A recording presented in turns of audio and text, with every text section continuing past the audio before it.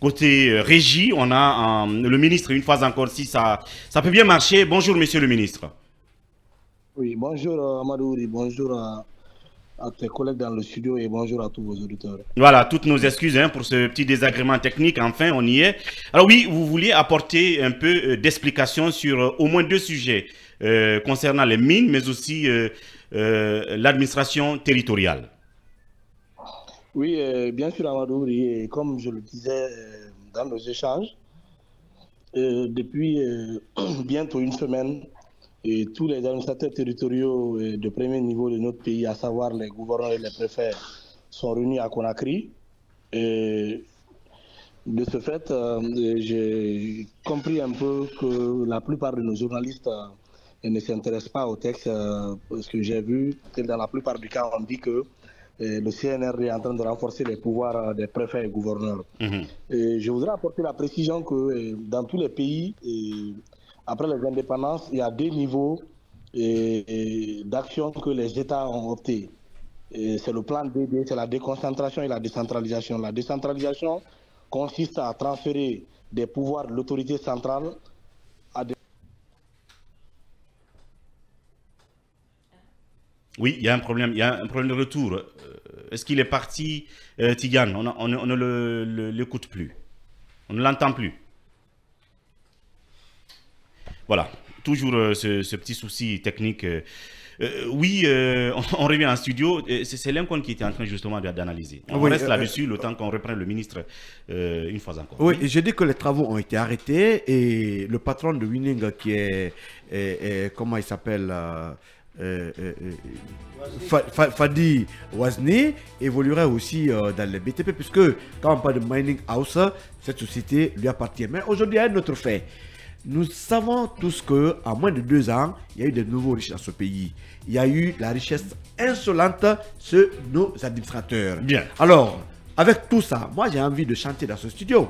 Rappelez-vous de la chanson de Alpha West, Koutou Koutou Salia Bombo Salia. Bien. Et quand j'entends que 75 millions, 20 aurait milliards, disparu. 100 millions, il y a telle disparition, j'ai comme l'impression que nous sommes au rendez-vous de Koutou Koutou Salia Bombo Salia. C'est aux dirigeants vraiment aujourd'hui de nous expliquer ce qui se passe. On va le reprendre en parlant du dirigeant. Nous avons monsieur le ministre de l'administration du territoire, monsieur Mori Kondé. Veuillez continuer.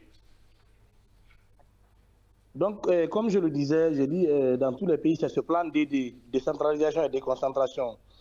Si la décentralisation consiste à prendre des pouvoirs de l'autorité centrale pour confier à des autorités élues par les citoyens au niveau des conseils communaux, des communes urbaines, communes rurales, mais également dans notre cas spécifique au niveau des régions comme collectivités, la déconcentration, elle, consiste à plutôt conférer des pouvoirs de décision à des agents nommés par le pouvoir central à la tête des circonscriptions territoriales et des services techniques déconcentrés. De ce fait, notre déconcentration se situe à 3 niveaux en Guinée. Vous avez le niveau gouvernorat, le niveau préfecture et le niveau sous-préfecture. Maintenant, ces gouverneurs, préfets et sous-préfets, depuis les indépendances dans notre pays, au lieu de jouer ce rôle de représentant du chef de l'État, de représentant du Premier ministre et de l'ensemble des membres du gouvernement dans les circonscriptions administratives, ont plutôt joué le rôle de représentant du ministère de l'administration du territoire et de la décentralisation. Maintenant, à notre prise de fonction, dans le cadre de réforme, nous avons essayé de débarrasser ces préfets, gouverneurs et sous-préfets de ce rôle de représentativité d'un seul ministère sectoriel pour créer désormais des directions régionales et préfectorales de l'administration du territoire, au même titre que les directions régionales et préfectorales des autres départements ministériels, et conférer à ces gouverneurs, préfets et sous-préfets uniquement leur rôle de représentant de l'autorité publique investie des pouvoirs publics. Maintenant, comme les textes ont été élaborés depuis 2 ans, nous sommes en train de travailler sur leur opérationnalisation. L'idée était de les faire à Conakry, partager avec eux tous ces textes pour que désormais, eux-mêmes, ils puissent bien s'en approprier de ces textes, mais aussi les permettre d'avoir des interactions avec les hauts cadres de l'État, les membres du gouvernement, les parlementaires. C'est ce qui a été fait. Aujourd'hui, par exemple, je vous donne un exemple.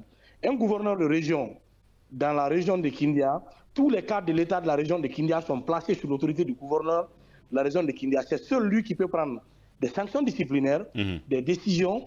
Ce n'est ni un ministre au niveau central, ni un autre haut cadre qui peut donner des instructions à un cadre au niveau régional sans que ça ne soit le gouverneur et son cabinet. Bien. Donc c'est ce travail-là qui a été fait. Contrairement aux spéculations qu'on veut faire croire que le CNRD est en train de renforcer le pouvoir des gouverneurs et des préfets. Nous voulons un pays normal. Donc, dans le cadre de la normalisation du pays, il était tout à fait normal que ces autorités publiques, gouverneurs, préfets et sous-préfets, jouent le rôle de représentants de l'État en lieu et place du rôle qu'ils jouaient pour un département ministériel. Et l'autre chose aussi, on a un peu essayé de nous aligner aux standards en termes de tout ce qui est lié désormais à leurs fonctions, aux responsabilités, mais aussi même à leur reconnaissance en tant qu'autorité publique investie des pouvoirs au niveau de la base. Nous avons pendant ces 4 jours déroulé tout ce qu'il fallait avec eux. Aujourd'hui, ils vont être reçus par le chef de l'État pour leur remettre les attributs de commandement au niveau de l'administration territoriale. Et en cela, ils deviennent aussi décideurs financiers, ordonnateurs, oui. De tout le budget, de tout ce qui est l'argent de l'État. Oui. C'est-à-dire que la comptabilité et matérielle dans leur circonscription administrative. Tout montant qui doit être payé par l'État à des agents de l'État dans les régions, dans les préfectures et dans les sous-préfectures, le gouverneur, le préfet et le sous-préfet sont les uniques ordonnateurs au nom de l'État parce que c'est eux qui représentent le chef de l'État, le Premier ministre et l'ensemble des membres du gouvernement. Et également, comme je le disais, nous voulons une administration désormais de développement parce qu'on a toujours une administration de commandement où c'est des ordres qu'on donne maintenant. De ce fait, le gouverneur, le préfet aussi, il est le premier agent de la santé, il est le premier enseignant, il est le premier ministre des travaux publics de la localité. Cela voudra aussi dire qu'eux aussi, désormais, ils ont l'obligation, dans leur travail, d'être à l'écoute des citoyens, d'être le plus près des citoyens, recueillir l'avis des citoyens sur les actions de l'État, apporter les éléments de réponse ou demander au sectoriel d'apporter les éléments de réponse afin qu'ils puissent donner toute satisfaction à la demande incessante des citoyens quant à l'amélioration de la fourniture, de la qualité de la fourniture des services sociaux de base à l'intérieur du pays. Et on devra en faire toute une émission justement pour besoin de pédagogie pour que effectivement tout le monde comprenne. Et sur le volet affectation justement des budgets là, notamment 20% de ces ministères à ces préfets. Donc nullement une façon de renforcer leur quelconque pouvoir, mais c'est une norme qui est même au-delà de la Guinée en termes d'administration. Ils deviennent des ordonnateurs secondaires de budget. Maintenant pour le volet mine, vous avez quelque chose à dire là-dessus avant qu'on ne vous laisse partir. Et prochainement bien entendu, on pourra en faire toute une émission. Oui, Amadouri, ce qui est un peu malheureux dans notre pays, c'est que même si demain je crée un site internet de façon, un site internet même pas très officiel, je mets une information vous concernant, au lieu que les gens se rapprochent de vous pour chercher à avoir la bonne information, tout le monde distille. J'ai vu même des médias guinéens qui ont affiché cette information sans vérifier. Bien. Effectivement, ce que l'Incol dit que Winning avait été autorisé à travailler au temps d'Alpha Condé qu'il n'avait pas payé, c'est réel. L'argent que Winning a payé, les 75 millions de dollars, le montant exact dans le budget de l'État guinéen fait 611 milliards 122 millions 526 000. Effectivement, le montant a été payé au gouvernement guinéen et le montant est bel et bien existant dans la loi des finances rectificatives. Donc ça a été payé à votre gouvernement, à votre gouvernement. Ça a été payé à notre gouvernement et le montant est disponible dans la loi des finances rectificatives 2022, volet recettes. Bien. C'est bel et bien, ça existe bel et bien dans la loi des finances et c'est vérifiable. Est-ce qu'on peut avoir la loi des finances? Est-ce que le cabinet voudrait savoir quand est-ce que le montant a été... Je peux vous envoyer maintenant que nous sommes en train de parler, je fais la photographie d'une partie de cette loi des finances que je peux vous envoyer via WhatsApp. Oui. Le montant... C'est bel et bien écrit recette exceptionnelle. La LFR de 2022 a encaissé le montant de 661 milliards 122 millions. Le montant existe bel et bien. Monsieur le ministre, 2023. La LFR 2023. 2022, je vous dis. 2022. La LFR 2022. Voilà. OK. Est-ce que Emmanuel parlait de 102 millions? Est-ce que vous confirmez ça? 102 millions, est-ce que les 115 millions, c'est en complément des 102 millions ou bien c'est le premier paiement fait par Winning? Non, ce que je vous dis, Winning a bel et bien payé 661 milliards qui reprennent les 75 millions. C'est inscrit dans les livres de la loi des finances rectificatives de 2022.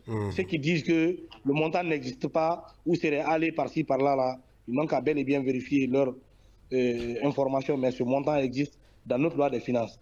Je reviens aussi sur le cas de l'EDG. FIM FM. Allez-y. Allez-y. Sur le cas de l'EDG, c'est quand même un peu malheureux lorsque c'est des anciens gestionnaires des finances publiques qui ne sont pas d'une certaine sainteté, qui veulent jeter l'anathème sur le... Encore une fois, un souci technique. On l'a perdu, Mori Kondé. Oh là là. Alors donc, c'était intéressant parce que je vois que Lincoln affûtait son arme et tout le monde pour poser des questions sur la question winning. De toute façon, déjà, il dit oui, l'argent est payé et c'est leur gouvernement qui a reçu. Il a été donc on va lire le volet recette de la loi des finances rectificative 2022, mais ça corrobore effectivement parce que les informations que j'ai me disent que effectivement Winning n'avait pas payé autant d'alpha. Il n'avait pas payé. Ça au moins c'est clair. Et que quand il avait la convention, c'est vrai, a été signée en 2020. Mais que ce n'est qu'en mars 2021 qu'elle a été notifiée, l'entrée en vigueur en mars 2021. Winning voulait payer, mais Alpha Condé a demandé à ce que le paiement soit retardé pour que lui, il puisse créer d'abord un fonds souverain dans lequel il voulait que cet argent soit mis. Et ce fonds souverain devait permettre de financer des infrastructures, parmi lesquelles, à l'époque, Alpha Condé avait déjà ciblé le barrage de Fomi. Bien. L'argent là était censé être orienté vers là-bas, mais c'est clair qu'il n'avait pas payé autant d'alpha. Et le ministre vient de confirmer que c'est bien le colonel qui a reçu les 115 millions d'euros. Oui, monsieur Mori Kondé, en direct, oui.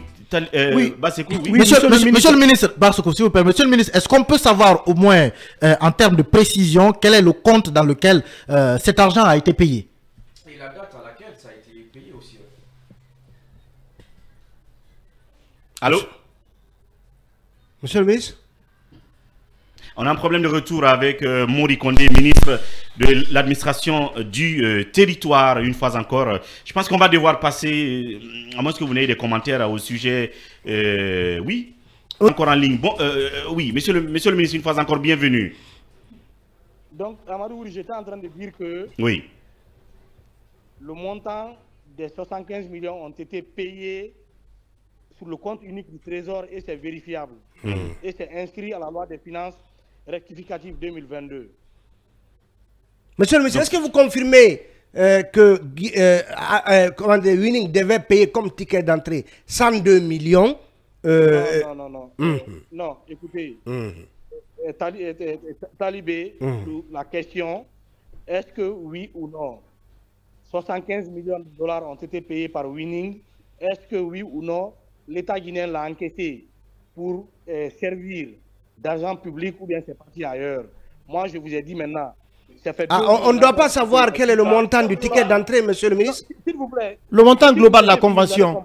Oui, allez-y. Oui, moi je veux juste que vous me laissez finir. Finissez. Pour que vos millions d'auditeurs puissent comprendre la vérité sur cette affaire. Allez-y. Les communications étaient en train d'atteindre une proportion où il y avait trop de désinformation. Allez-y, allez-y. Les 75 millions de dollars qui ont été pour le moment payés ont été effectivement dans les livres du compte unique au Trésor et c'est inscrit comme recette exceptionnelle à la loi des finances rectificatives de 2022. Maintenant, le montant supplémentaire qui doit être payé jusqu'à 102 millions, pour le moment, ça ce n'est pas payé. Ce qui est payé, c'est 75 millions, c'est encaissé dans les livres du Trésor sur le compte unique et c'est vérifiable. Voilà. Ouais, sûr. Maintenant, puisque vous avez la loi des finances, comme vous l'avez dit, monsieur le ministre, vous l'avez devant vous en ce moment, je crois l'avoir entendu de vous. Est-ce qu'on peut savoir c'est à quelle page? Parce qu'on est en train aussi de la lire en même temps que vous. Je vous ai dit que je peux vous envoyer une capture. Je n'ai pas la loi, mais après l'émission, je pourrais vous transférer la version électronique après l'émission. J'ai la version électronique de la loi des finances rectificative 2022 devant moi. C'était de savoir la page et puis j'irai directement voir. Allez-y au niveau du volet recette. Bien. Volet recette. Alors, on va continuer sur... précision que je voulais donner avant de quitter l'antenne. Oui. J'ai aussi entendu des spéculations concernant la subvention de l'EDG.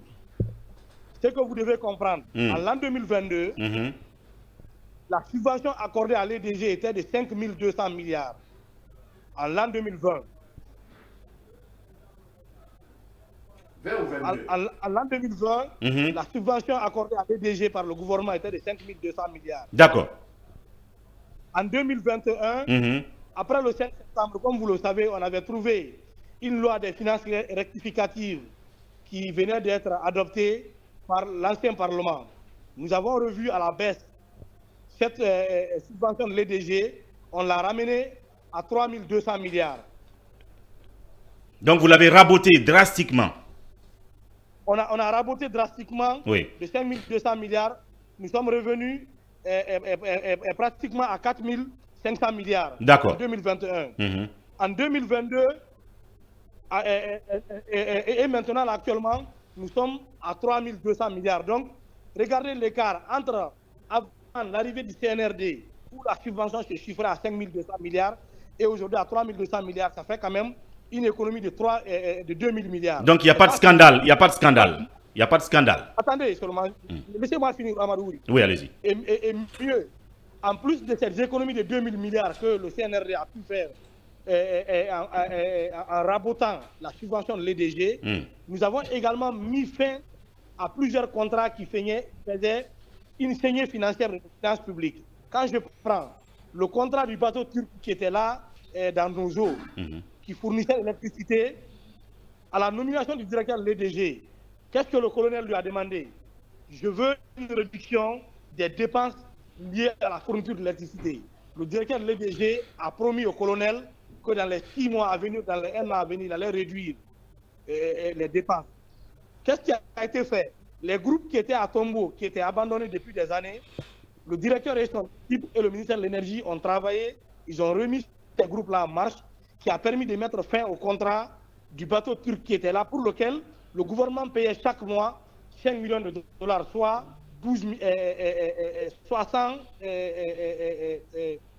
60 millions de dollars par an. Donc, à peu près 500 milliards qui étaient payés chaque année pour ce bateau turc. On a mis fin à ces dépenses. Donc, quand vous prenez ces 500 et quelques milliards qui étaient payés au bateau turc par an, plus les 2 000 milliards d'économies, faites le calcul. Ce n'est pas fini. Vous prenez l'entreprise AOM, les Mauritaniens. AOM a un contrat de concession qui faisait encore 5 millions de dollars chaque mois. 5 millions de dollars chaque mois. Chaque mois.